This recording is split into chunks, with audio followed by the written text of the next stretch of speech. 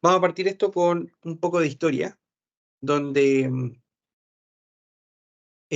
para muchos, esta es una historia antigua. En el año 1800 partió esto con la creación de la primera pila por la gente Volt. Y apareció en el año 1944 el primer MyFair, un Mark I que era de la IBM. Si se dan cuenta ahí, si se alcanza a ver, voy a poner mi puntero, era una máquina que abarcaba una sala muy grande, casi una sala de reuniones, en donde solo era una máquina que hoy día esa máquina equivale a una tablet. Es el tamaño de distribución. Aparecieron los procesadores, apareció el Internet en el año 82 y aparecieron los primeros teléfonos móviles en el año 84. Yo me acuerdo que yo tenía un teléfono móvil en el año 86, pero tenía que andar con una pila al lado colgando que pesaba casi 3 kilos. Entonces era la pila más el teléfono, pero se veía moderno.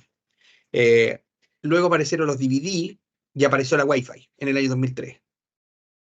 En el año 92 al 2021 se empezó a trabajar en el metaverso, ¿ya?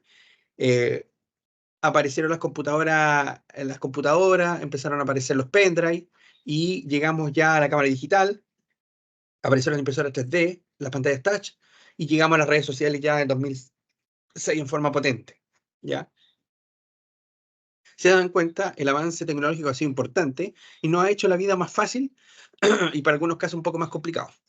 Eh, por ejemplo, los primeros esbozos de realidad virtual o inteligencia artificial están en el año 89 con la creación de Atari, ¿ya? En donde habían juegos 3D, ya en esa época, ¿ya?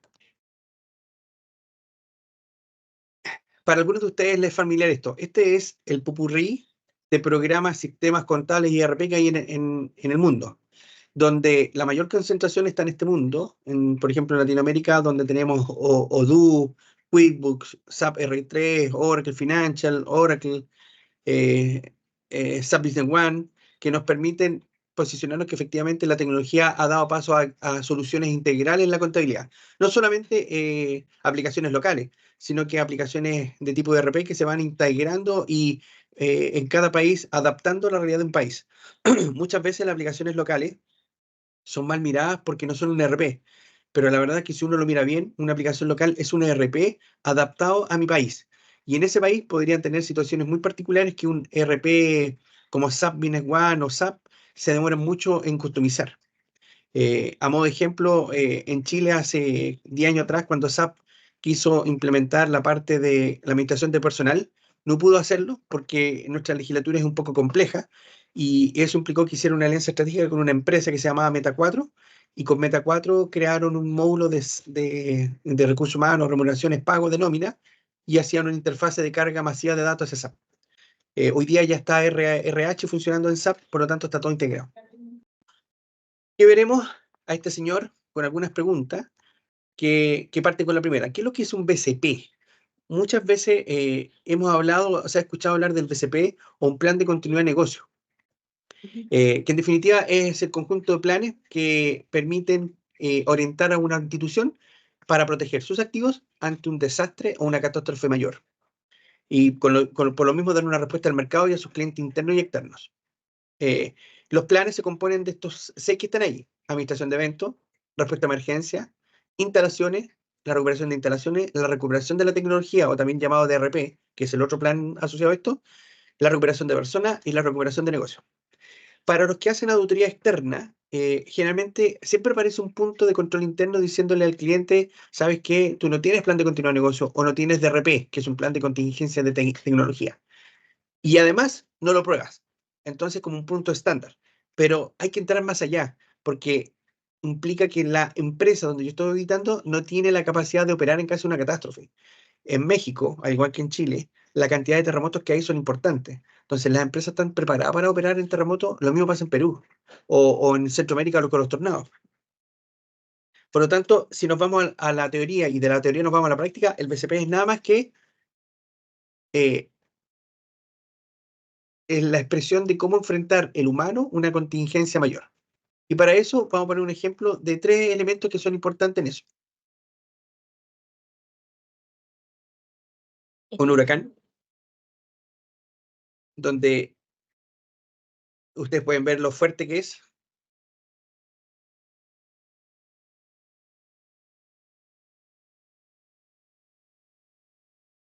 un tsunami.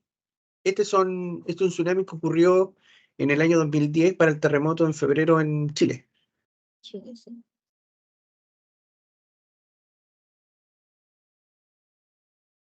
Esta es una sucursal de un banco nueva, recién inaugurada. Y ahí entra el mar. ¿Qué Dios?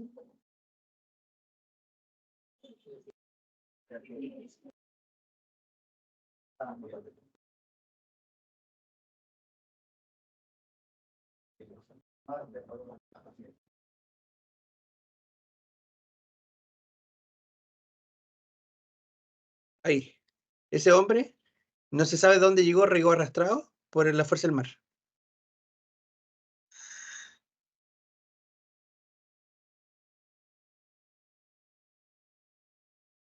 Y este es un terremoto.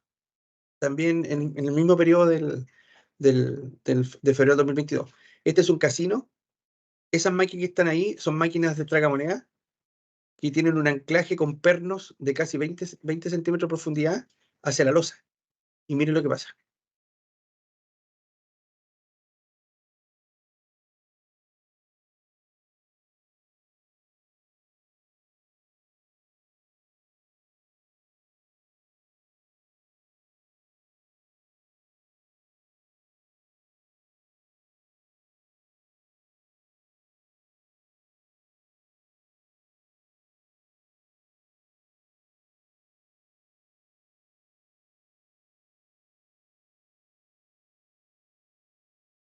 ¿Cómo podemos enfrentar esto? Con un Business Continuity Planning. Algunas cifras. El 10% de las empresas que presentan una pérdida de datos importante cerraron inmediatamente y el 50% cerró dentro de los años siguientes. Es decir, una empresa que se ha afectado con esto, solamente el 10% podría llegar a operar y el 50% después se va. Del 80% de las compañías, y esto lo dice IBM, en un desastre computacional, no tenían plan de recuperación y quebraron. La empresa que no son capaces de redundar sus operaciones dentro de 10 días después del desastre, es probable que no sobrevivan. Y Probability dice que cada semana 140.000 discos duros dejan de funcionar en Estados Unidos. Nosotros hicimos este trabajo un año antes en una compañía de seguros en Chile, en donde hicimos un plan de continuidad de negocio. Esta compañía se llama Liberty, que es una oficina que tiene la casa matriz en Estados Unidos. Y Liberty fue la única oficina que se levantó a los 5 minutos después de haber ocurrido el terremoto. Y fue tanto así el éxito que nos felicitaron de casa matriz. Y la Superintendencia de Valores Seguros, que es el organismo que regula las compañías de seguro en Chile, no tenía dónde operar y fue a operar a las oficinas de Liberty. Así que experiencia en esto tenemos.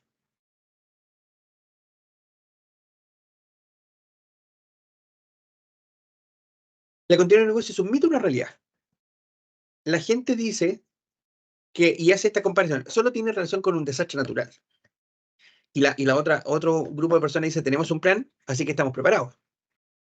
Y siempre hay la aseveración que los planes de continuidad son responsabilidad de agente TI. No, es parte del plan de continuidad de negocio. Y el plan de recuperación, el plan de negocio o continuidad de negocio es lo mismo que un plan de recuperación de desastre, que no es lo mismo. Y debe tener todos los escenarios de riesgo. No es así. Generalmente hay escenarios que no están planificados. ¿Cómo se define? Es la capacidad que tenemos para organizar,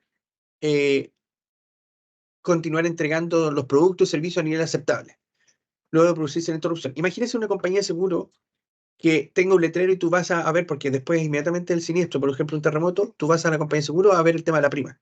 Y tenga un letrero diciendo, no podemos atender porque estamos afectados por el terremoto. Es inconsecuente. El plan de continuidad de negocio abarca cada uno de estos procesos. Gestión de riesgos, seguridad, gestión de emergencia, recuperación de desastres, gestión de instalación, cadena de abastecimiento, gestión de calidad, gestión de crisis, seguridad laboral, gestión de crisis, recursos humanos, relaciones públicas, etc. Por lo tanto, los procedimientos documentados que orientan a organizar y responder y recuperar y reanudar para restablecer las operaciones de una interrupción es la gestión de continuidad de negocio. ¿Cuáles son las amenazas de la continuidad de negocio? Aquí están. Hay creadas por el hombre y hay creadas por la naturaleza. Si vemos alguna, las inundaciones generalmente son creadas por la naturaleza, pero son producto de un efecto de que el hombre no hace las mantenciones adecuadas a cañería, desagüe, etcétera. Los huracanes no hay cómo controlarlo. Las revueltas civiles es un tema del hombre. Incendios, cortes de agua, la pandemia. La pandemia nos obligó a cambiar nuestra estructura. Muchas empresas no tenían preparado ni un DRP ni un BCP, y lo que hicieron, si hoy día tú le preguntas, no, si ahora estamos preparados porque ya trabajamos para la pandemia. No, un DRP no solo abarca pandemia o temas de inundaciones, abarca un terremoto, ciberataque, desplomes de mercado, disturbios, erupciones de volcanes. Es decir, tenemos que estar preparados para todos estos elementos.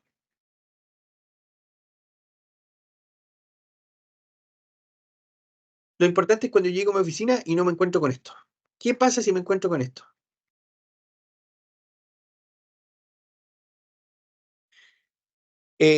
Para confeccionar un BCP se tienen que usar 4 etapas previas. La primera es el mapa proceso y sus procesos, identificando las actividades principales y los dueños. La segunda es cuál es la capacidad que tengo para eh, identificar la información que puedo perder. ¿Hasta cuánto puedo estar disponible a perder? ¿Y en cuánto tiempo? Que es el RTO. ¿Cuánto tiempo estoy dispuesto a estar sin servicio? Y todo eso lo dejo reflejado en unos documentos que se llaman BIA, que son los Business Impact Analysis. ¿Cuáles son los impactos en el negocio en función de sus procesos? Por lo tanto, estos planes que dijimos que era el BCP se engranan en cada uno de estos para llegar a armar este plan, después de hacer pruebas de escritorio, que son pruebas teóricas, después de hacer pruebas por plan, es decir, probar cada uno plan, para después hacer una prueba general. Y todo esto es de una mejora continua, porque tú en un año desarrollas el plan y el año siguiente tienes que ir probándolo. Y probablemente, por ejemplo, se cambió el área de cuentas por cobrar, entonces hay que cambiar en el plan todo lo que es cuentas por cobrar y cobranza. Porque si una persona te va a pagar una cuota en 2 días después del evento, tú no puedes decirles, no, no te puedo atender, no te puedo recibir el dinero porque no tengo sistema, no tengo cómo saber que me debes.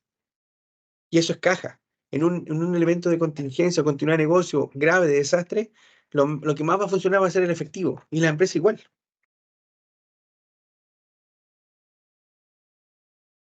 ¿Cuáles son los planes que componen el BCP? De acuerdo al orden de la activación, es decir, de acuerdo desde el momento que se desata el evento. Se desata el evento y se crea por primera vez en la administración de eventos. Administración de eventos generalmente son los encargados de cada área, o generalmente los gerentes o subgerentes de cada área, para después pasar a la respuesta de emergencia, que este es el que pasa inmediatamente después del evento, donde se produce un equipo de evacuación, donde hay gente con chalecos reflectantes, con casco, con luces, con linternas, que guían la evacuación de la gente. Y al final deben contar cuántas personas evacuaron. Toda persona que entra a la organización es responsabilidad de estas personas. El plan de recuperación de instalaciones es para saber, una vez que ya pasó la incidente, ya ha pasado un tiempo prudente para poder volver a la oficina, es saber si mi oficina está disponible y si no, dónde operar. Después, ya que ya saqué a la gente, tuve un tiempo prudente, ya sé qué instalaciones voy a ocupar, instalo tecnología. Pero este es un comodín, porque efectivamente tecnología podría hacer que a los 36 horas después no esté disponible. Por lo tanto, si este no está, yo me debo pasar al plan 4, que es personas. ¿Qué personas puedo hacer que esta compañía funcione sin tener sistema? En el peor de los escenarios. Y en el mejor de los escenarios con sistemas, un poco nivel de sistema, para después empezar a operar con el negocio. Para que eso pase, han pasado ya 60 horas, 5 días. ¿Ya? En 5 días yo debería tener todo esto funcionando. La continuidad de negocio nació en los años 2000 con un instituto que se llamaba el Instituto de Continuidad de Negocios, que estaba en Londres. Y tenían un logo parecido a este, un ejecutivo con los dedos cruzados. Pero este instituto fue tan la fuerza que tuvo que terminó y derivó en una ISO. Por lo tanto, este instituto normó las normas BS o Business Continuity de la 25999. Con eso se armó todo un plan para poder operar a la gente en ese periodo, desde el 2006. El año 2012, esto se transformó en una ISO, que es la ISO que vamos a ver a continuación. Por lo tanto, hoy día una empresa que hace un plan de continuo negocio puede postular una ISO, a la ISO 22300, a la 22330 o a la 22301. Para la ISO 23316, 22317 y 3100, si bien son conceptos que están en la ISO, pero no son necesarios para la certificación. ¿ya? Hoy día, con esto se permitió que el gasto que se hacía de preparar un plan de continuo de negocio nos permita tener una certificación ISO y eso le da valor a la empresa. ¿Dudas? Antes de pasar al segundo tema, por favor pregunten. Voy a bajar acá. Partir con Enrique, tú que estabas ahí atentamente y fuiste el primero que me habló. ¿Cuántos terremotos han tenido en México estos últimos 30 años? En los últimos 30 años, 3. Tres, de escala Mercalli más o menos grande. Todos mayores de 7. Y tú, en tu memoria, ¿las empresas han podido funcionar inmediatamente o han tenido así como un proceso más lento después del evento? Mira, no recuerdo muy bien el más antiguo de estos años que te comento. Ahí sí nos agarró fuera de base a la mayoría. Lo que fueron 2 seguidos, que si bien recuerdo, creo que fueron en el 2017 y 2018, porque coincidió, y fue una cosa curiosa, bueno, por decir curioso, que fue el mismo día, con diferencia de horas. Uno fue a las 7:40 de la mañana y el otro pasado a la 1 de la tarde, pero fue el mismo día. Ahí ya México estaba preparado de una manera diferente, después del terremoto anterior, que pues sí, no estuvo preparado. Entonces sí hubo una manera de restablecer más fácil toda la comunicación. ¿Te acuerdas si la telefonía estaba disponible o fue muy difícil comunicarse por teléfono? No, se bloquearon las líneas de celulares, ¿eh? Fue Sí, difícil. sí. Las primeras 12 horas las líneas celulares colapsan. Y lo único que Así es. funciona son las líneas de internet. Llámese Facebook, WhatsApp, algunas cosas sí funcionan, pero con un retardo importante. Así es. Gracias, Enrique. Por nada, José. Arnold, ¿en Bolivia han tenido algo así? Hola, ¿cómo estás, José? Gusto en Hola, hola. saludarte. Mira, en tema de terremotos o sismos, nosotros como estamos alejados del mar, pues no hemos tenido eso, pero lo que sí hay bastante en La Paz son riadas importantes. La Paz está lleno de ríos, ¿sí? Por todo lado. Entonces, cuando hay lluvia extrema por el cambio climático, por ejemplo, en esta época, Ajá. se pueden aislar zonas enteras. Entonces, si bien servicio de Internet sí es accesible hasta cierto punto, las personas no se pueden movilizar totalmente, barrios enteros quedan aislados. Entonces, tal vez ahí sí aplicaría un Business Continuity Plan, seguramente. Y allá, ¿ustedes han visto en sus clientes que tengan eso como política, como procedimiento o elementos aislados que ayuden a eso? Algunos sí, otros no. La tendencia es que si son empresas multinacionales, usualmente sí lo tienen el Business Continuity Plan y el Disaster Recovery Plan. Pero si son empresas locales, nacionales, usualmente no tienen esto y muchas veces hemos visto que se ha perdido toda la información o muchas veces no han podido acceder al lugar de trabajo y se ha perdido bastantes negocios. Entonces sí hay un impacto que cabalmente no se lo está midiendo, ¿no? en muchas empresas en el país. Gracias, Arnold. Julia, Sí, señor José, buen día. ¿podrías contar lo que pasó en Perú con los últimos terremotos?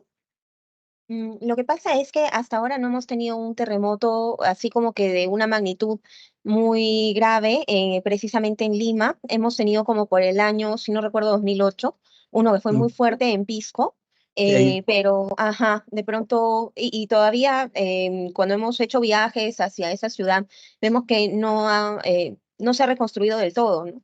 Y cuando tenemos otro tipo de fenómenos como el Niño, en sí el proceso de recuperación de la ciudad también es lento, ¿no? Hay un tema ahí de inversión que no se está direccionando de pronto adecuadamente, ¿no? Y en el caso de la empresa privada tratan de recuperarse, sí, pero no luce como que tengan este tipo de planes, ¿no?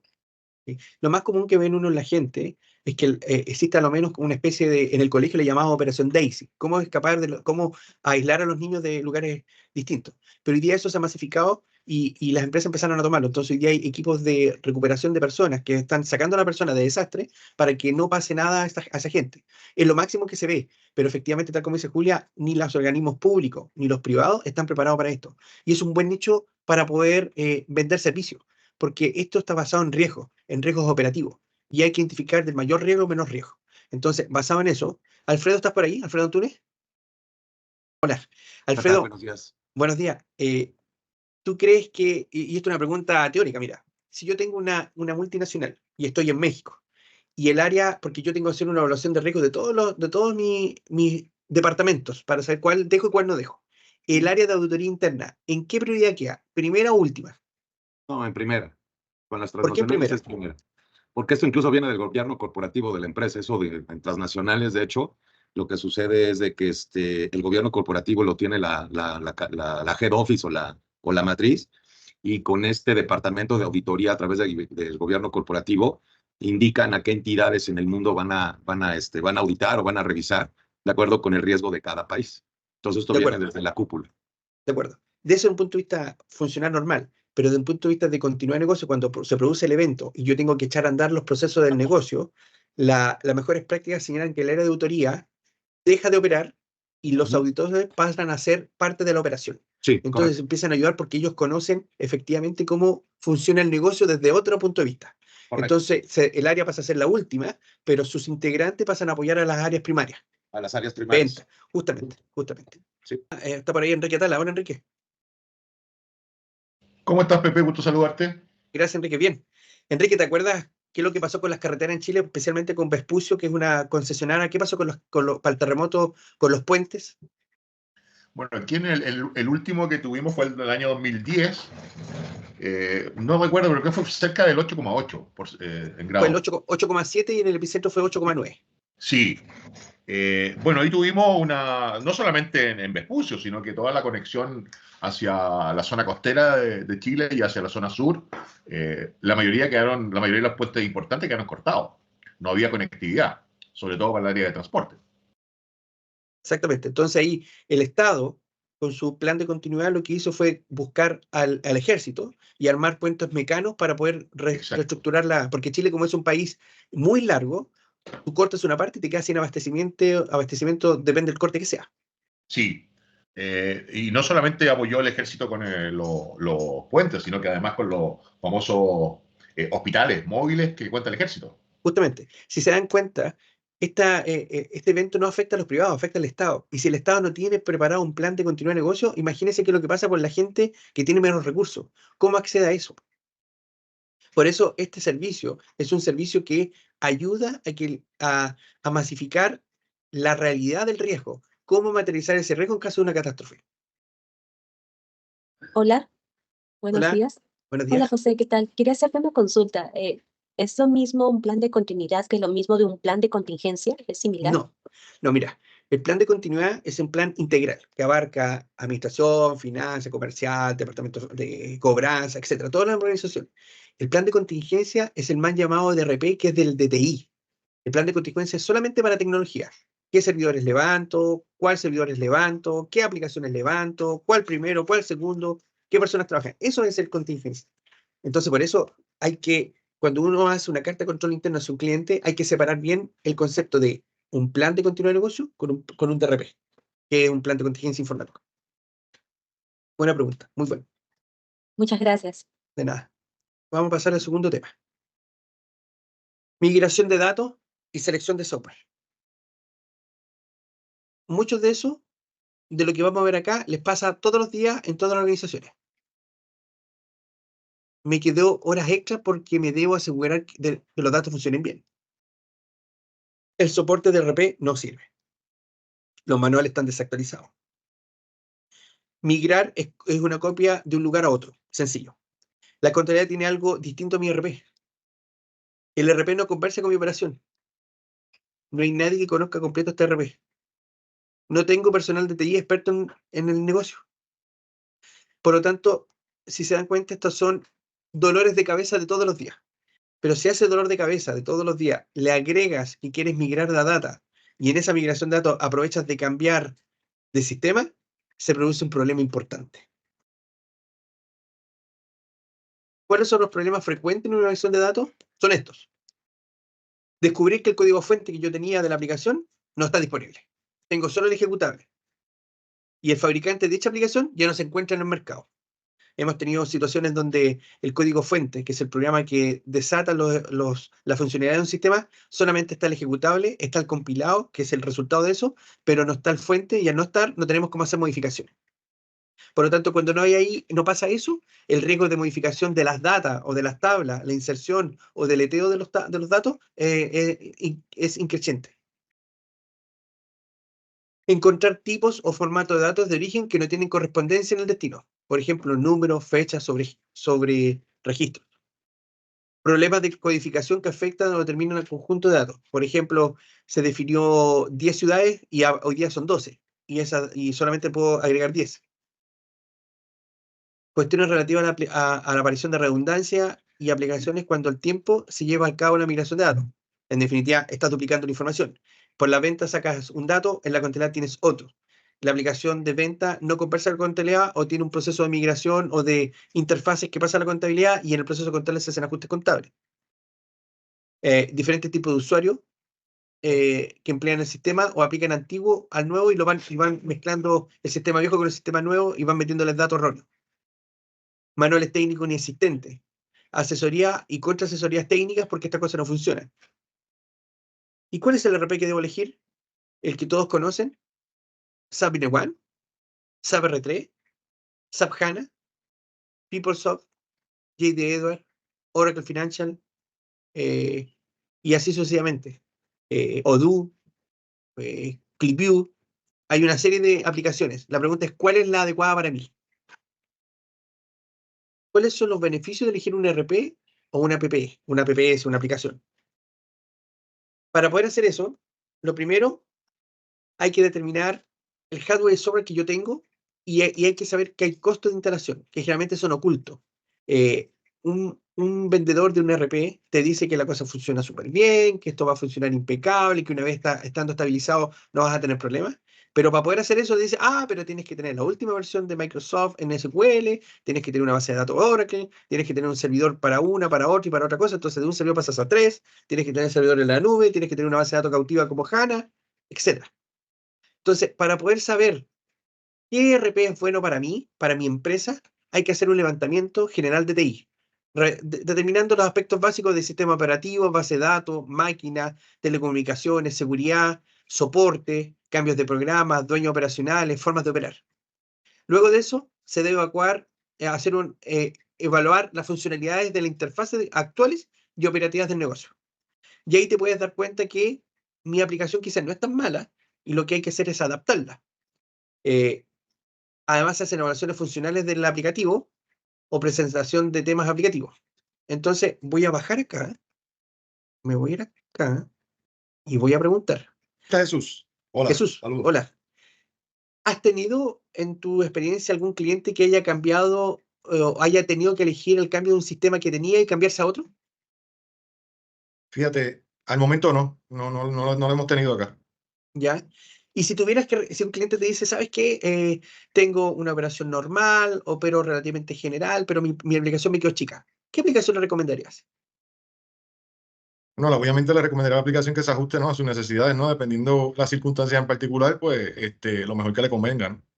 Claro, para poder hacer eso, tienes que seguir esta lógica que estamos mirando, que es, yo primero evalúo, determino cómo funcionas y después veo las funcionalidades y en función de eso determino si te sirve una aplicación que esté en el mercado o tienes que seguir con la misma. ¿Ya? Sí, Dale. en ese caso sería, obviamente uno trata siempre de ser proactivo, ¿no? Pero ya en esa circunstancia sería más ser reactivo y reaccionar a las circunstancias. Claro, pero en el sentido de reactivo es porque el cliente te pidió la observación, o no te entiendo el concepto de reactivo. ¿Por qué sería reactivo? Bueno, sí, porque estoy reaccionando, ¿no?, al pedido del cliente, ¿no?, para solucionarle la situación que tenga. De acuerdo. Oye, Jesús, elige a alguien de la gente que está acá, cualquiera. Tú elige. Elija a alguien. Vamos a ver con Conchita. ¿Dónde está Conchita? A ver. Conchita, ¿estás por ahí? Hola, ¿qué tal? Buenos días. Hola, Conchita, buenos días. ¿Has tenido algún proceso de migración o has escuchado alguna migración de algún cliente? En algún caso, sí tuvieron que hacer una migración porque su sistema administrativo les quedó chico. Ok. ¿Y cómo lo hicieron para seleccionar ese sistema que compraron? Bueno, ¿Sabes de qué se fueron a qué se fueron? no, la verdad no recuerdo, pero el departamento de sistemas fue el que se encargó y lo que hicieron fue recopilar información de varias áreas y de mi parte como externa, un poco de lo que es el tema administrativo y contabilidad. Ok, pero el área de TI, porque ahí hay un tema, mira, cuando yo selecciono un software, el que debe seleccionar el software no es el área de TI, porque el área de TI es un mero soportador de las operaciones de mi negocio. Y disculpe que lo diga así, pero es lo que es un área de servicio hacia la compañía. La administración debe poner una unidad que busque un software que le permita cubrir las necesidades de la empresa. Entonces, si por ejemplo yo te digo, entre SAP Business One, SAP R3 o Oracle Financial, ¿cuál de los tres te tinca más? ¿Te gustaría? ¿Por qué? No entendí la pregunta, José. Mira, si el cliente te pregunta, oye, ¿sabes qué? Me gustaría migrar a SAP Business One, SAP R3 o Oracle Financial, ¿cuál de los tres mejor? Te pregunta él. ¿Qué dirías tú? Yo le diría, pues, el que más se adapta a tus necesidades, porque también depende del tamaño de la empresa, qué giro tiene, qué actividades realiza. Entonces, 100% de acuerdo a las necesidades. O sea, no podemos decir que un sistema es mejor que otro, sino que hay que hacer un análisis. Correcto. Y para ese análisis, contrátanos. Nosotros te ayudamos. Ah, Esa es la perfecto. idea. Esa es la idea. Esa es la idea. Entonces nos tienes que contratar. Enrique, tú en Chile has visto más de una migración. Sí, alguna en estos pocos años de profesión. Y en ese proceso, Enrique, ¿cuáles han sido los mayores problemas de la migración? A ver, lo que generalmente sucede es que no saben elegir bien el traje a su medida. Entonces, se guían un poco por la inexperiencia y después el proceso de implementación es un caos absoluto. Así es. Ahora, Así cuando es, no ha muy bueno. sucedido eso, habitualmente llamamos a José Velázquez y nos ayuda a solucionar el tema. Sí. Enrique, en México, ¿cómo anda la cosa de las migraciones? Ya, a ver, mira, precisamente nos han tocado varias migraciones con respecto a los sistemas. Ahorita estamos terminando, ellos decidieron adelantarse, nunca fuimos contestados porque empezaron con un RP, es un cliente que precisamente se dedica a dar asesoría de software y solamente hemos sido requeridos hoy en día para la parte contable. ¿Cómo lo decidieron? No tengo idea. Y de las demás migraciones, por lo general, es que el sistema que tienen les queda chico y migran a un tipo de RP. Correcto. En definitiva, mira, sí, el tema de la migración es una necesidad de la organización cuando quiere crecer, si es real. Si el punto es que ese crecimiento tiene que estar avalado por una aplicación que no te dé más problemas y que la migración no sea una migraña. Si al final la migración termina siendo una migraña del porte de un buque. Totalmente de acuerdo y depende realmente del área de sistemas el que lleven a cabo una planeación adecuada para poder aterrizar el proyecto. Claro. Porque sí, Pero, sí. dale. No, te escucho, perdón. Porque, mira, lo que pasa es que el área de TI, y ahí hay un mito, el área de TI va a ayudar en el proceso de poner los servidores, las bases de datos, la seguridad, la integración con los aplicativos, pero ellos no tienen la capacidad técnica para decidir si el libro, las compras o las ventas están de acuerdo al modelo de negocio. Ellos pueden soportar que son archivos XML, de transmisión de datos, de interfase interactiva, de inteligencia artificial, lo que tú crees. Pero desde un punto de vista del negocio, el que decide esto es un comité de negocio, porque tú vas a tener sentado, imagínate una mesa sentada donde está el señor de las ventas, el señor de las compras, el señor de inventario, contabilidad, tecnología. Entonces de la venta dice, a ver, miren, yo necesito una aplicación que fuera para vender y yo soy más importante que usted. Entonces sale el de compra y dice, no, tú no puedes vender si yo no te compro. Si yo no te compro, tú no vendes. Sale el de administración y dice, no, un momentito. Si yo no tengo dinero, tú no compras. Y si él no vende, yo no tengo dinero. Y sale el contabilidad, oye, aquí, un momentito, si ustedes no tienen contabilidad, ninguno otro funciona porque no saben dónde estamos parados. Entonces, esto es un ciclo, es una buena forma de que la empresa funcione como una empresa, como un todo. Correcto. ¿Ya? Entonces, basado en eso, el proceso de migración busca tener una estrategia de migración, saldo y movimiento mixto. Cuando se trata de migración de saldo, yo traspaso cuenta. Tal como decía Enrique, en la contabilidad yo puedo decir, mira, la cuenta caja es 10, voy y traspaso los 10. La cuenta banco era 1000, voy y traspaso 1000. Pero cuando traspaso movimiento, que son 5 o 6 cuentas en el estado financiero, tengo que traspasar el detalle. Esas son cuentas por cobrar, cuentas por pagar, banco, activo fijo y existencia. Esos 5 elementos los tengo que pasar abiertos, no los puedo pasar cerrados. El gran error de una migración es pasar las cuentas por cobrar cerradas. ¿Se entiende, Conchita, no? cierra tu teléfono, por tu sonido, por favor. Conchita. ¿Se entendió eso, no? Perfectamente. Sí, Ahora, Enrique, mira, ¿tú has tenido experiencia en donde un cliente haya traspasado datos de saldo en la cuenta por cobrar y no movimiento? no. Sí, Ah, que Ambos Enrique, Enrique, pero ambos Enriques, ambos Enriques. Enrique Calleja, México, no. Enrique Tala de Chile, sí. Y el problema es, Que no tenemos la segregación de cómo se compone la cuenta para después hacer los descargos. así es, porque llega una persona a pagar y no sabes a qué le vas a asignar ese pago. Si es un Exacto. saldo actual, es un saldo anterior, es una cuenta parcializada, es un abono, no tienes idea y se te produce un problema.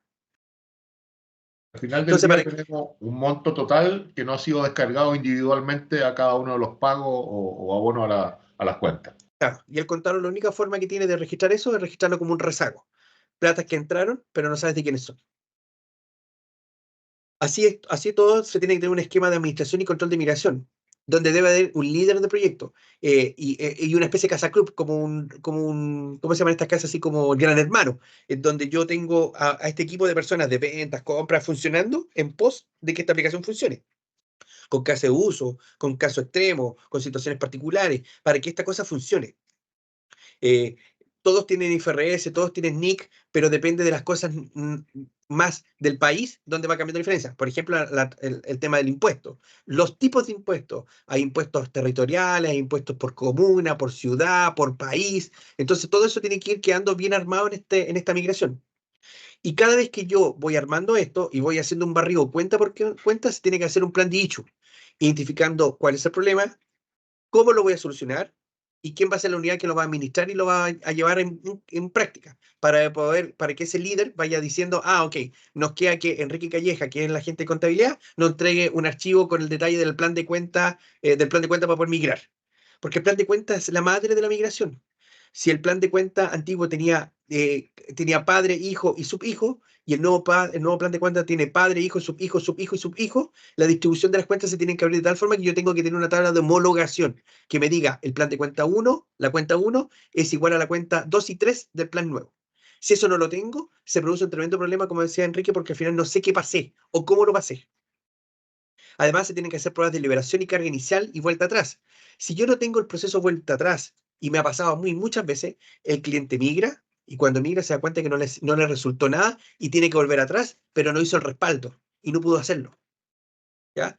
Y son detalles que uno va viendo en el proceso de migración. Si el proceso de migración teóricamente debería ser muy sencillo, si yo tengo armado todo este tema de una especie de cabeza que lo dirige, un plan de trabajo, estrategias de migración, planes de issue, pero generalmente no está, porque el consultor, que es el que pone el sistema, le interesa echar a andar esta cosa nomás para que funcione y todo lo que quede pendiente, que en una cuenta que se llama saldos por aclarar.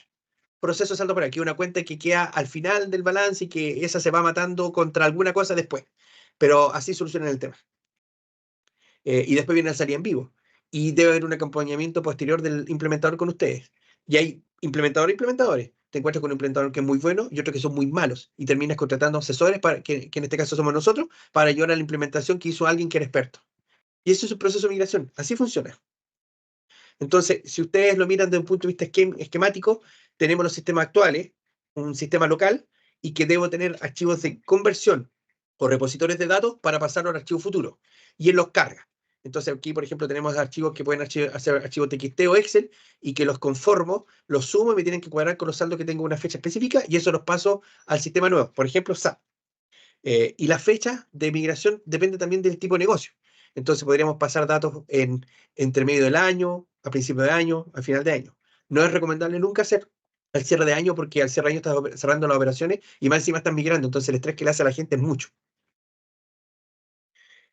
Para hacer esto, por ejemplo, nosotros como ARTAC tenemos un proceso de certificación de data. Nosotros nos paramos al medio y certificamos que efectivamente el dato que se construyó del sistema viejo y que se va a pasar al sistema nuevo sea el correcto.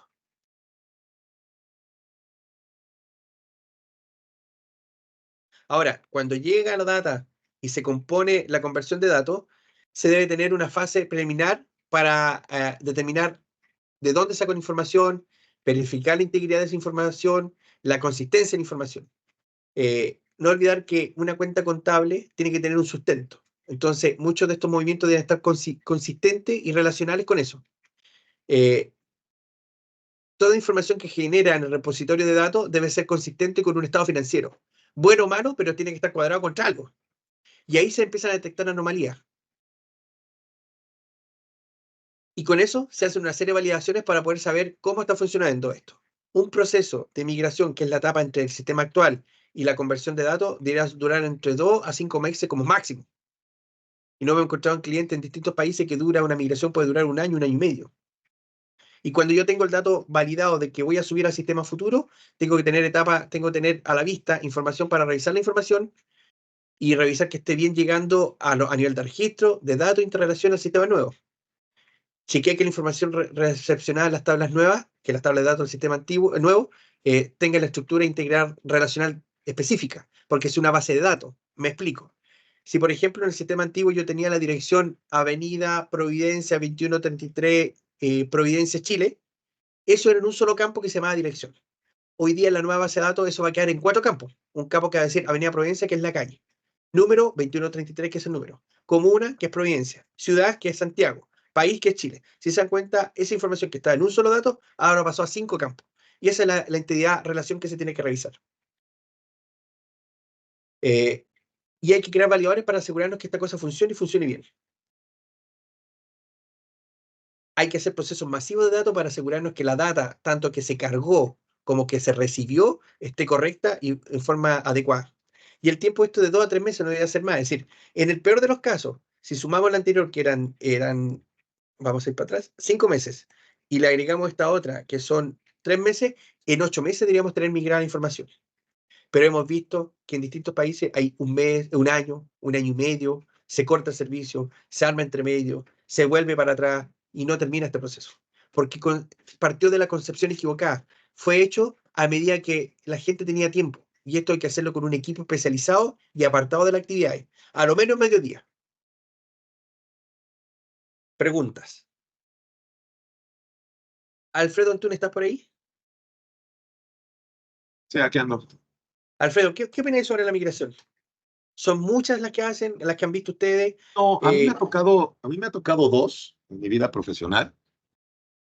Una de una agencia naviera que emigró de un sistema local a SAP. Lo que han comentado es una realidad. El gran problema al momento de migrar fue la integración de las cuentas. Y la otra que me tocó fue de un GD Edwards a un SAP. Esa estuvo un poquito más tranquila, pero también el tema fue la integración de las cuentas.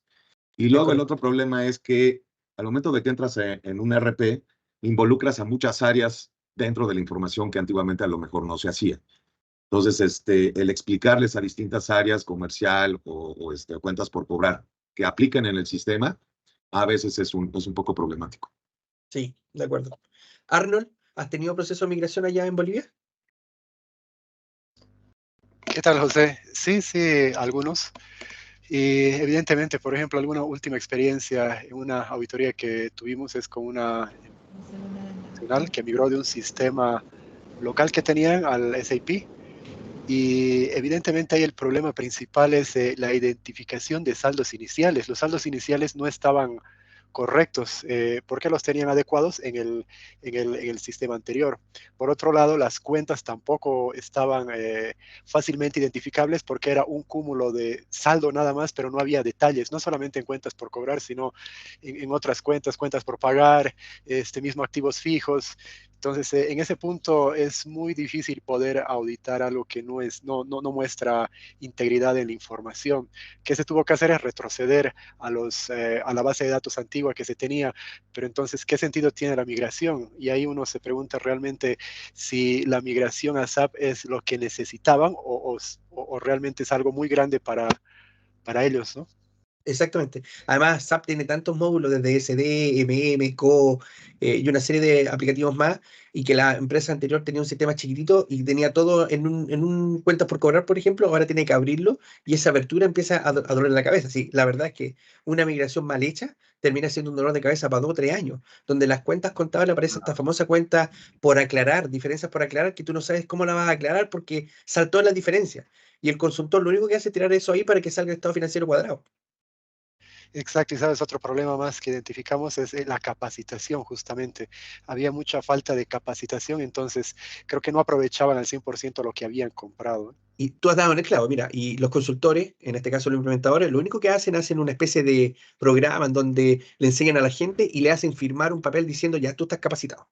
Entonces tú vas a reclamar y después el consultor, ¿sabes que tu capacitación está mal? Y él sale y dice, no, aquí está el papel que tú me dijiste, está capacitado. Por lo tanto, no tengo cómo reclamarle. Entonces, esas son cosas que hay que ir mirando con este equipo de plan de migración, que debe ser un equipo con un líder potente, que se permita. Mira, nosotros tuvimos una migración hace un par de años atrás, en donde el gerente general les dijo al implementador, acá ellos se dedican a hacer suncho. Suncho es un fierro que amarra las placas de cobre. Imagínate las placas de cobre y un fierro que amarra cada placa de besar Enrique Tala, no sé, 400 kilos, 600 kilos de puro cobre, y cada placa van 10. Por lo tanto, el suncho es como un cinturón muy fuerte. Y esa empresa, que era una metalmecánica, tenía en el libro de ventas, que es donde saca la venta, impuestos a los licores. Y eso no podía ser porque ellos no vendían licores. Entonces fue tanto el problema que el gerente general les dijo, mira, si el Servicio de Impuesto Interno me observa y yo caigo, tú caes conmigo. Y le metieron demanda, se fueron a los combos y a las patadas, terminaron volviendo al sistema anterior, porque no fue capaz, en ese caso se llamaba Solomon, que era una versión antigua del Microsoft Dynamics, y no pudieron hacer funcionar la empresa, no pudieron, y tuvieron que volver para atrás, porque era una empresa productiva, donde yo en la producción, ellos tenían el módulo de producción, entonces yo podría tomar los indicadores de producción que se llaman PLC, que son las máquinas que producen un aparato, y yo puedo contabilizar con ese PLC. Y eso no lo pudieron hacer, entonces tenían la mansa, tremendo problema. Terminaron un año de proceso, se fue a la basura, pero literalmente a la basura, con demandas de por medio, con horas extras pagadas, la gente estresada, mucha gente se fue, entonces terminó siendo un tremendo problema para esa empresa. Esa empresa quebró. Terrible, sí, terrible. ¿Sí? Realmente no se sabe si es útil o no, o si el traje es demasiado grande para lo que están requiriendo, y otro problema de capacitación. Sí, pero sí, lo que pasa, estimado amigo, es que cuando la administración dice migremos, lo primero que se le viene a la cabeza es SAP Oracle. Sí. SAP R3, para que ustedes sepan, SAP R3 cuesta aproximadamente entre 700.000 y $1 millón dejarlo operativo. El SAP HANA anda por ahí mismo. El SAP One entre 200 y 400 mil dólares. Entonces, si se dan cuenta, la cantidad de plata que hay de por medio es enorme. Y más encima, voy a gastar esa plata y tengo después que gastar plata en consultoría, porque la cuestión no funciona. Y ese es el negocio del implementador, la consultoría, la HH. Es como cuando yo compro un auto y lo que importa no es el auto, sino que son los repuestos. Es lo mismo. Igual. Carlos Paredes, ¿estás por ahí? El señor Paredes creo que tuvo que retirarse, tenía una reunión pendiente. Ah, ya. Julita, tú ayúdame entonces. Mira, Sí, desde el punto de vista de la migración en Perú, ¿es harta la migración que hay o es poca? sí, es bastante grande, pero también los procesos en lo que hemos visto no son tan bien planificados. En la experiencia, lo que vemos es que cuando llegamos a empresas a brindar otros servicios, perdón, cuando brindamos servicios, por ejemplo, Hay sí, un escucho. micrófono abierto, por favor, ¿lo pueden Sí. cerrar? Gracias. Sí, Dale, sigue. lo que comentaba es que muchas veces, como señalan los servicios de consultoría que se contratan posteriormente, sean porque el proceso de parametrización en el nuevo sistema de pronto no se llevó de una manera adecuada con el equipo completo como para llevar a cabo una implementación consensuada o bien pensada, ¿no? Eso es parte de lo que hemos visto en la experiencia. Sí, y ese es el problema endémico, la no planificación de una migración. Y existen dos tipos de migraciones, ¿ah? Una es el cambio de versión, cuando yo tengo, por ejemplo, un SAP R3 y me voy a SAP HANA. ¿Saben lo que es SAP HANA? ¿Alguien sabe lo que es SAP HANA? Para mí es la primera vez que lo escucho, José, pero yo tampoco no soy muy ducho en esto. Mira, SAP R3 nació, voy a contar una historia. SAP R3 nació en los años Sí, gracias. 60, 70, por 4 programadores de la IBM. 4 programadores que tenían una cláusula de no intelectualidad en sus contratos. Y ellos crearon un sistema paralelo de IBM y crearon este SAP. Y nació SAP. Y ese se llamó SAP R3. SAP R3 hoy día se dio cuenta porque puede crear una base de datos cautiva que se llama HANA. Entonces, hoy día está obligando a sus clientes que tenían R3, que generalmente era una base de datos SQL o una base de datos Oracle, a irse a HANA. ¿Para qué? para que queden con tecnología propietaria. Es como Macintosh. Yo no puedo poner nada Macintosh que no sea Macintosh. No puedo poner un pen, no puedo poner un disco duro si no es Macintosh. Esto es lo mismo. ¿Se entiende? Sí, Eso es HANA. gracias. ¿Ya? Ahora, hoy día las bases de datos, todas soportan cualquier aplicación, pero hoy día el proveedor te está diciendo, ándate a HANA, si no, yo no te doy soporte. Una consulta. Actualmente he visto que muchas empresas cada una maneja su propio sistema, pero a la larga todos trabajan para una misma entidad. No te entendí la pregunta.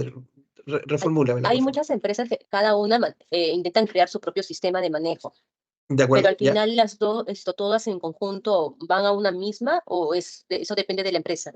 Ah, lo que pasa es que SAP, por ejemplo, tiene un concepto que se llama mandante. Entonces tú tienes, el mandante es como si fuera distintos lugares. Entonces yo tengo el mandante 101, donde tengo la operación de Brasil. En el mandante 102 tengo la operación de Perú. En el mandante 103. Pero después tú aprietas una tecla y consolida toda la información en una sola. Y hace el consolidado. Lo mismo funciona en Oracle, lo mismo funciona en PeopleSoft. Y inclusive en Microsoft. Microsoft es mucho más barato que SAP y tiene las Sí. mismas funcionalidades, pero tiene la misma lógica. Tiene distintos gustos y sabores. Tiene un Microsoft que se llama Dynamic Get Plane, que es el más sencillo, que es una aplicación israelita que se compró hace 20 años atrás, y que era parte de Solomon, y ahí se juntó y se solucionó el problema de Solomon. Tenemos Microsoft Dynamic IX, que es el que compite con R3, con SAP, que ese es el gigante, y que cuesta entre $500,000 y $600,000, y el otro cuesta entre $400 y $200,000, que equivale al SAP Business One. Que el SAP Business One no es el SAP R3, o el SAP HANA, es un SAP adaptado de una aplicación también israelita que se compró y se adaptó, y que anda bastante bien, pero que vale menos de la mitad de lo que vale el otro, pero empresa más chica. ¿Ya? Entiendo, muchas gracias. De nada. A ver, eh, vamos a poner este otro. Grinaldo, ¿estás por ahí? ¿Grinaldo? O Grimaldo.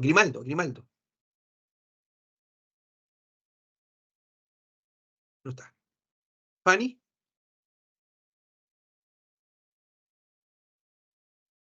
Mira, está Buenos Andrés. días. Hola, Fanny, ¿cómo estás? Bien, gracias. Fanny, ¿has trabajado en alguna empresa que haya migrado información?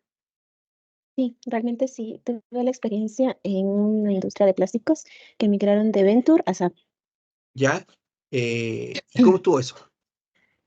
Fue un poquito pesado porque, como ya mencionaron, al momento de concatenar las cuentas, los saldos realmente se ponían en cero o realmente no pasaban o no coincidían con las cantidades que se terminaron con Venture. Bueno, fue un poquito complicado, pero a la final se concatenó y SAP realmente les ayudó bastante porque eran un consolidado de 4 empresas que conformaban ese grupo. Entonces realmente sí les favoreció bastante esa migración. Ok, ¿y cuánto tiempo se demoró eso, Fanny, en armar todo eso y dejarlo operativo? ¿Te puedes estimar el tiempo? Sí, fue muy largo realmente, fueron como 6 meses de preparación, porque cada empresa tenía su ciclo contable y realmente me acuerdo que le ponían a cada empresa como una base de por cada empresa y hacer una sola consolidación. Y nos trajeron especialistas realmente de este tema y nos capacitaron a toditos, porque todos teníamos usuario y realmente las funciones que desempeñaba cada usuario eran muy limitantes. Entonces sí era como que un poquito complejo, pero se logró. 6 meses de full preparación. Sí. Desde un punto de vista de, si lo pusiéramos en tiempo, la implementación de durar, el desarrollo, implementación de durar 6, hasta máximo 8 meses, 6, 8 meses, y después la estabilización de eso, como contabilidad, se demora 1 o 2 años. Al tercer año agarra la madurez la aplicación y la aplicación ya está madura, está robusta, hace lo que tiene que hacer, se informa en la gestión. Eso pasa en un ERP. Si la pregunta es ¿por qué SAP y no otro? ¿O por qué ese otro y no este otro? Entonces, la selección es súper importante y después cómo administrar ese proceso de migración que es el dolor de cabeza. Andrés Guerrón, llegó por ahí, lo vi. Hola, José, ¿cómo estás? Muy bien, ¿y tú, Andrés? Bien, ¿sí se me escucha? Sí. Sí, se te escucha muy bien. Andrés, una pregunta. En Ecuador, ¿cuál es digamos, la realidad de la migración? ¿Hay mucha migración? ¿Qué pasa con el tema de las migraciones? ¿Cómo funciona allá? Bueno, la verdad, en las empresas que nosotros hemos asesorado, verdaderamente solo una cambió un tema de migración a SAP, que fue este año. Es una empresa que se dedica a la industria de medicinas para el sector veterinario. Entonces, claro, prácticamente el proceso sí es bastante complejo inicialmente, pero hoy por hoy el SAP les ayuda muchísimo a obtener principalmente los costos reales, que eso era una debilidad para ellos.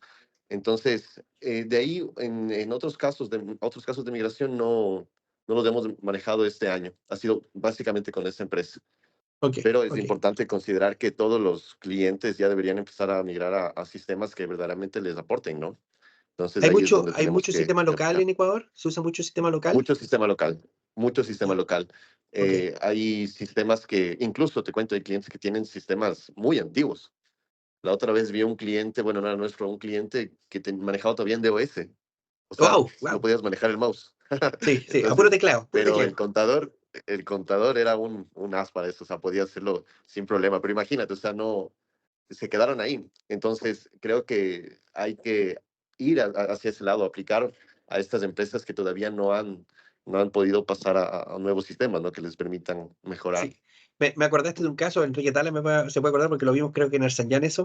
Teníamos clientes que tenían IBM 360. IBM 360 es el padre del AS400.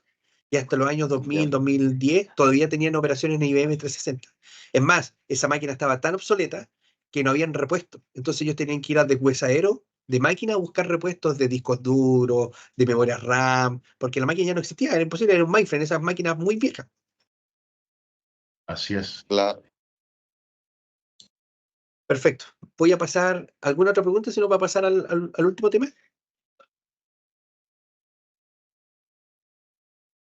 Vamos al otro. Los bots. De lo antiguo, de los mainframes, pasemos a lo más moderno que los bots. Los bots son herramientas que permiten automatizar procesos, pero procesos rutinarios, no cualquier proceso. Son procesos rutinarios que se hacen siempre. Entonces, la generalidad es, en definitiva, los bots es un programa computacional, no es un robot, no es un aparato cibernético, sino que es un software que realiza actividades o tareas repetitivas, pero infinitas y automatizadas. Es suplir parte que hace totalmente la actividad rutinaria de un nombre. Hoy día, si tú vas al supermercado, en Chile, en algunos del Perú, en Brasil, en Estados Unidos, las cajas fueron reemplazadas los hombres por programas, en donde la interacción de la caja es el cliente, donde el cliente mete sus cajas, sus alimentos que compra, los pasa por el código barra y después la caja le dice es lo que es. Pero si se dan cuenta, ahí hay una balanza que pesa cada artículo, si cada artículo está pesado. En otros países ha llegado un poco más moderno donde tú pones un tubo, una especie de bolsa, y metes los productos, y cuando vas metiendo los productos los va leyendo el círculo que está delante, que es una especie de aureola, donde hay un lector de barra gigante, y él con eso te dice cuántos artículos son o cuántos artículos pasaron. Que es la misma tecnología, pero mucho más moderna. Entonces hoy día está cambiando. La gente aquí, por ejemplo, cuando pasó eso en los supermercados Walmart, separaron todos los cajeros y hubo una huelga de cajeros porque lo iban a despedir, y la verdad que Walmart no despidió a nadie.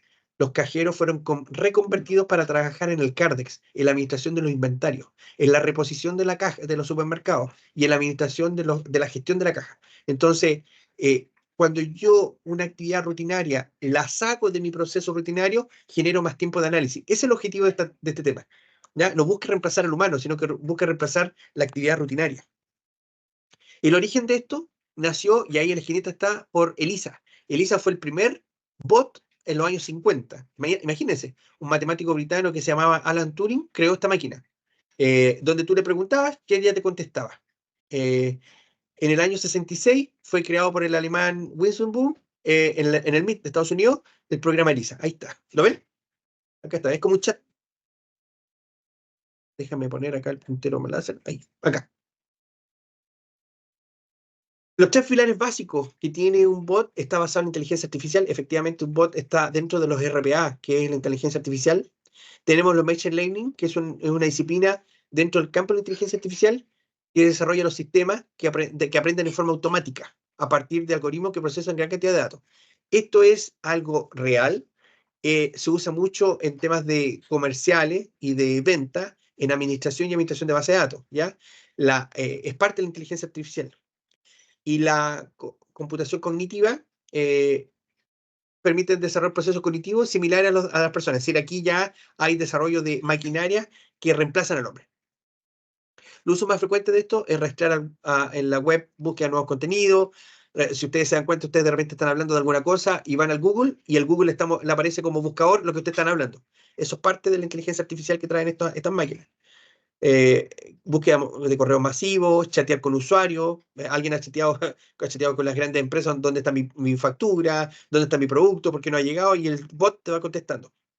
Pedir comida en delivery, corregir textos, errores ortográficos. Julia tiene un bot que le permite, ¿cómo es, Julia? Armar de una reunión la minuta. Resúmenes, sí. Un resumen de minuta, que es espectacular, ayuda mucho. Y así sucesivamente. A ingresar en el documento. Nosotros tenemos bots que nos permiten, por ejemplo, tomar un documento digital, es decir, un papel, digitalizarlo, pasarlo por un programa que se llama OCR, sacar los datos e inyectarlo en una base de datos. ¿Ya? Eso es parte de la botmanía.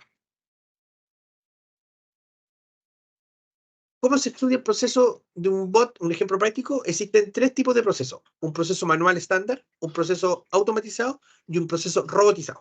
Entonces, vamos a ver. Jorge y Pantuña, ¿está bien? Jorge, ¿estás por ahí, Jorge?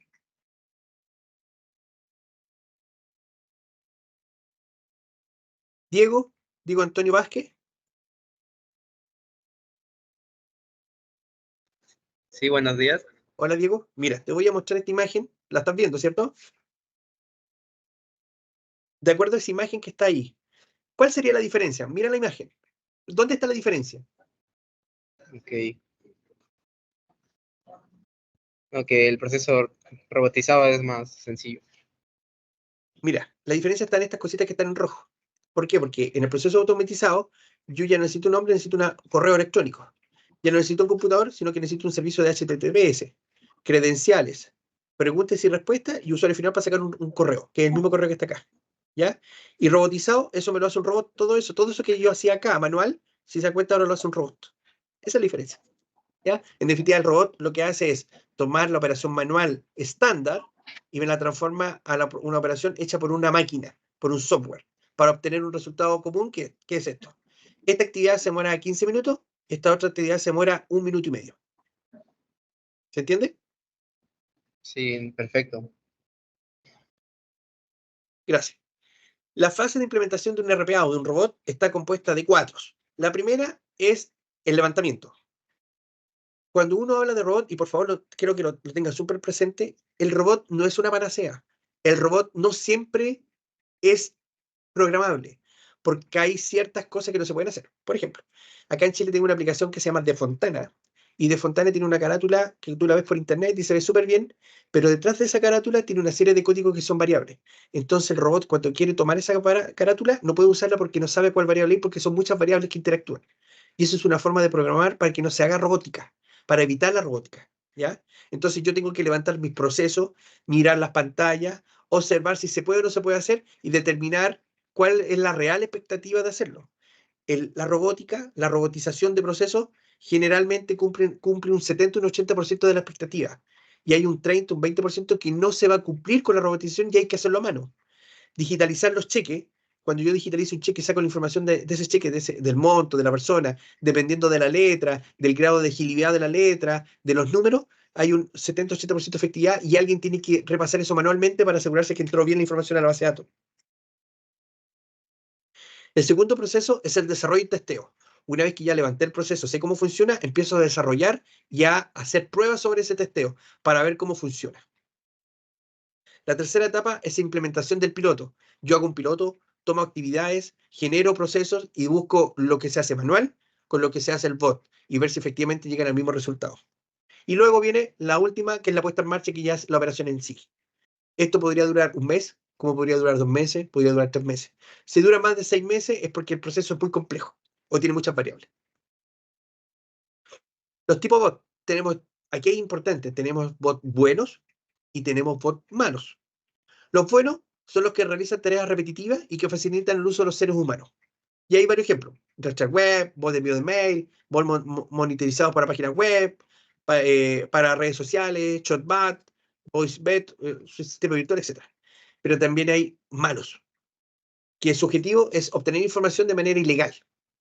Para eso están los ciberataques, los spam bots, las granjas de bot, los bots de vulnerabilidad informática y los bots de ataque de fuerza bruta. ¿Ya? Esos son los malos y van a existir porque cada vez que se crea algo, tiene que aparecer la positivo y lo negativo. Siguiendo con eso, tenemos algunas conclusiones que podemos sacar de estos buenos y estos malos. Los buenos es que usa en buena forma para el trabajo, dan buena fuente de trabajo. Hay gratuitos y otros que son pagados y no reclaman. No salen, como yo digo, no salen a tomar café, no fuman, son 724, no les gusta el fútbol, etc. Lo malo, lo peligroso, es que son algunas recomendaciones básicas, son algunos peligros y por lo tanto algunas recomendaciones básicas para evitar ese peligro es cambiar la contraseña una vez cada 2 meses, no usar la misma contraseña en todas sus aplicaciones, crear contraseñas complicadas más de 8 caracteres, proteger tu página vía CAPTCHA que detiene el acceso inmediato, a actualizar constantemente tu firewall y antivirus. Por ejemplo, ¿hay alguien de Argentina, no? ¿Hay alguien de Argentina? Flavia, ¿has visto a alguien de Argentina? Creo que no. Me parece que no, sí. Mira, en Argentina y en Uruguay pasó algo parecido. El Estado te permitía hacer operaciones reiterativas con las páginas web del Estado. Y lo que pasó, empezaron a crear bots para eso. Pero el Estado se dio cuenta que eran bots, porque eran 24/7, no se paraban, no había descanso, ingresaban datos. Entonces sacó una norma diciendo, señores, si ustedes me empiezan a ingresar información con bot, yo les voy a multar o les puede quitar la personalidad jurídica. Y dejaron de usar el bot. Entonces ahora los bots, ¿qué tienen que hacer? Tienen que hacer igual que ser humano. Tienen que parar, tienen que mover el mouse en forma redonda, tienen que levantarse un rato a tomar café, otro rato para descansar, trabajan de 9 a 7 y tienen que imitar el comportamiento humano. ¿Algún comentario?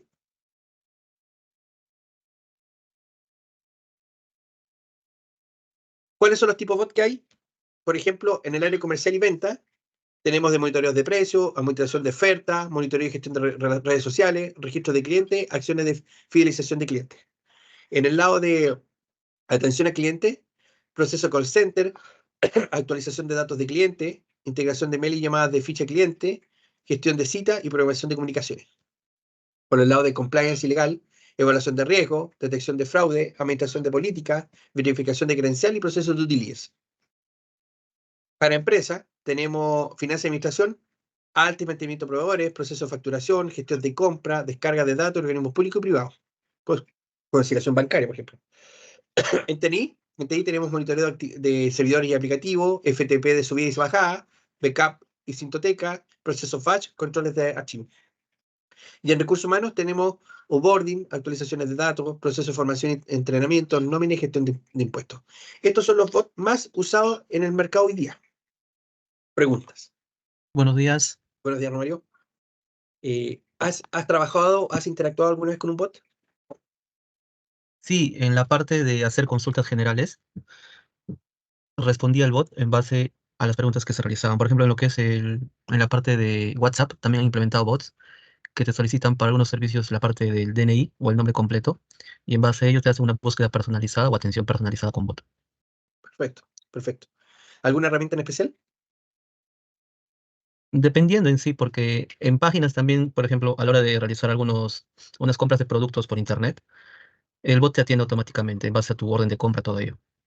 Sí, buen punto. Mira, la mayor uso de bot se produjo entre el 2019 y el 2022, producto de la pandemia. Muchas empresas empezaron a crear bots para contestar esas preguntas. Sí, ahora, por otra parte, automatización como tal, bueno, se puede partir desde ejecutar una macro, ya sea en tareas repetitivas, en lo que es para análisis de datos en cierta medida. Por otra parte, también la parte de que nos enfocamos nosotros, que una parte es la optimización de procesos en base a simulaciones de procesos, describir diferentes escenarios y brindar propuestas de mejora. Muy bien, excelente, buena. Lo que nosotros estamos trabajando en este momento es tratar de automatizar ciertos procesos manuales que requieren bastante tiempo y que son repetitivos, como mencionaban. Entonces estamos trabajando, por ejemplo, por decirles algo, en las conciliaciones bancarias, ¿verdad? Entonces algo que se adecue precisamente y que nos proporcione más tiempo a nosotros para el análisis de la data en este caso. Bueno, Una consulta. dígale. Hoy en día, justamente porque manejan bases de datos importantes, ¿qué tan seguro es un bot? Uy, buena pregunta. Un bot es seguro hasta que es inseguro. Me explico. El bot es un programa y el que tiene acceso al programa podría tener la misma cuenta, la misma usuario, la misma password y yo la puedo tomar y hackear. Depende de los niveles de seguridad donde lo tenga instalado, en qué máquina, dónde, con quién. Hay que evaluar desde el punto de vista de la seguridad la estructura de ese bot. Pero generalmente son aplicativos, entonces aplicativos usan una cuenta de usuario y un usuario. Y eso hay que ir cambiándolo cada cierto periodo. Los accesos vía VPN, vía accesos también son vulnerabilidades, entonces hay que revisarlo. Damos por finalizado este webinar, espero que les haya gustado y les voy a mostrar la última slide que tengo preparada. Altac a nivel internacional puede hacer todos esos servicios. Evaluación de aplicaciones, reconstrucción de data, comités de informática, análisis de procesos TTI, planes de contingencia, BCP, certificación de migraciones, la oficial de seguridad o ISO, análisis de estructura y cargo de trabajos de TI, documentos de TI, seguridad perimetral, análisis de datos, auditoría de sistemas. Si ustedes necesitan algún servicio, los hacemos en forma remota y los ayudamos a que eso se aplique en cada país. La idea de esto es que es un pincelazo de que la tecnología llegó, que los riesgos tecnológicos son importantes y hay que evaluarlos, y estamos para ayudarlos. Muchas gracias por su atención y buenos días.